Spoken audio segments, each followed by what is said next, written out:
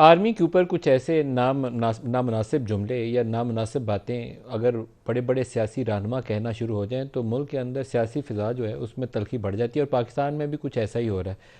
फ़ौज के लिए कभी न्यूट्रल और कभी जानवर के अल्फाज का चुनाव, और कभी कुछ ऐसी बातें कहना जिसमें ये तासुर खुल के सामने आ रहा हो कि फ़ौज को उकसाया जा रहा है कि अपनी चीफ़ की बात कब मानिए और कब नहीं मानिए, जो शायद दुनिया में कहीं पे भी काबिल कबूल नहीं जाना जाता। आर्मी की जो कमांड स्ट्रक्चर है उसके अंदर चीफ़ ऑफ आर्मी स्टाफ या जो भी कमांडर है, कमांडर इन चीफ़ है, उसका हुक्म मानना, उसी से फ़ौज आगे चलती है। और ज़माना जंग हो या ज़माना अमन हो, जब कोई मुश्किल हालात पेश आते हैं, तो सैलाब आ रहे हों, बॉर्डर्स के ऊपर सूरत हाल ख़राब हो, तो सबसे बड़ा जो उसका डिसिप्लिन है वो यही चेन ऑफ कमांड। अगर आप उसको हिलाने की कोशिश करें तो पूरा मुल्क हिल जाता है। इस वक्त पाकिस्तान तहरीक इंसाफ को भी शायद ये फ़ैसला करना है कि कहाँ तक फ़ौज के ऊपर किस किस बात के ऊपर तनकीद करनी चाहिए और कौन सा ऐसा एरिया है जिसको रेड लाइन कंसिडर करते हुए गुरेज करना चाहिए। आम तौर पर हम जब ये प्रोग्राम करते हैं या सवालात करते हैं तो बग़ैर किसी झिझक के बड़े खुले अंदाज में कहते हैं कि फ़ौज को सियासी मामलात में मुदाखलत नहीं करनी चाहिए, मिलिट्री टेक ओवर्स नहीं होने चाहिए, हुकूमत बनाने और गिराने का काम फ़ौज का नहीं है, आईजीआई बनवाई गई तो गलत काम किया गया।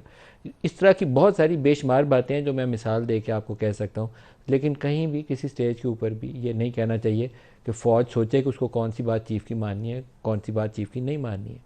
ये नारकी है, ये क्योस है जिससे पाकिस्तान को बचाना है। और इस वक्त शहबाज गिल ने जो बयान दिया है, शायद उसकी सबसे बड़ी जो ख़राबी, जिसको शायद कोई भी, मैंने गुज़श्ता रोज़ प्रोग्राम में कहा था कि मुझे सीरियसली मैं डाउट कर रहा हूँ कि पाकिस्तान तहरीक इंसाफ की सीनियर लीडरशिप में से कोई सामने आया और उस बयान को डिफेंड करे, क्योंकि उसके अंदर कुछ ऐसे जुमले हैं जो टारगेट करते हैं इस चीज़ को। दानिस्ता या नादानिस्ता उसके ऊपर मैं राय नहीं दे सकता, वो इन्वेस्टिगेशन करेंगे तो जो इन्वेस्टिगेशन कर रहे हैं वो उसके ऊपर राय देंगे। लेकिन उन जुमलों का तासुर यही है कि जो कुछ लोगों को फ़ौज के अंदर बताया जा रहा है कि वो तो हमारे साथ हैं, और वो सोचें पहले, वो जानवर तो नहीं है, वो अपना दिमाग इस्तेमाल करें, सोचें कि कौन सी चीज़ सही है कौन सी गलत है। फ़ौज के जवान को जब उसका सिपा सलार हुक्म देता है कि गोली खानी है तो वो गोली खाता है, उसके पीछे नहीं हटता, भागता नहीं है मैदान जंग से। यही फ़ौज का डिसिप्लिन है, फ़ौज बनती इसी चीज़ से। मैं आपको पाकिस्तान तहरीक इंसाफ का रद्दमल भी दिखाऊंगा शहबाज गिल के ऊपर, क्या रद्दमल है अभी तक। और ख़ुद prime minister, former prime minister Imran Khan मुख्तलिफ मौक़े के ऊपर मीर जाफ़र और मीर सादिक और न्यूट्रल जानवर से कहते कहते पता नहीं क्या कुछ कह गए। ये माजी की भी मिसालें मौजूद हैं कि वो आर्मी चीफ़ का नाम लेकर कहा गया कि आप ज़िम्मेदार हैं, DGISI का नाम लेकर कहा गया कि आप ज़िम्मेदार हैं ये जो सियासत के अंदर जो कुछ हुआ। लेकिन कुछ नई ऐसी चीज़ें आई हैं जो सिवाय इसके मैं कहूँ कि तलखी को एक नेक्स्ट लेवल के ऊपर ले गई हैं, क्योस को, नारकी की फ़िज़ा पैदा कर दी है। इसके अलावा उसमें बेहतरी वाली या मुस्बत पहलू पेश करना बहुत मुश्किल है। तो पहले तो आपको इमरान खान उनके बयानात सुनवाऊँगा जब हुकूमत की तब्दीली का अमल शुरू होता है, नो कॉन्फिडेंस मोशन उनके ख़िलाफ़ पास होती है, तो वो क्या बयानात देते थे और अब वो क्या कहते हैं कि हमें फ़ौज से लड़वाने की साजिश की जा रही है। लेकिन उनके बयानात का एक तसलसल है, सुनना शुरू करें कि 10 अप्रैल के बाद किस कदर तल्ख लहजे के साथ वो जिक्र करना शुरू करते हैं। दिखाइएगा जी।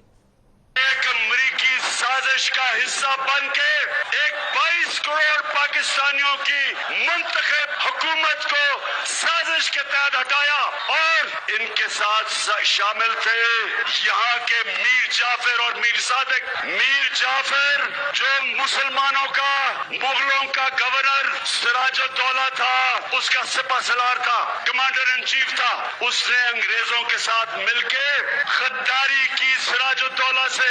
ये गद्दारों ने आज ये किया पाकिस्तान। हम सवाल पूछते हैं अपने न्यूट्रल से, क्या उनका काम नहीं था कि इस मुदाखलत के खिलाफ पूरी कोशिश करते, रोकते, बजाय न्यूट्रल रहने के? अल्लाह ने हमें इजाजत ही नहीं दी कि हम न्यूट्रल हो जाएं।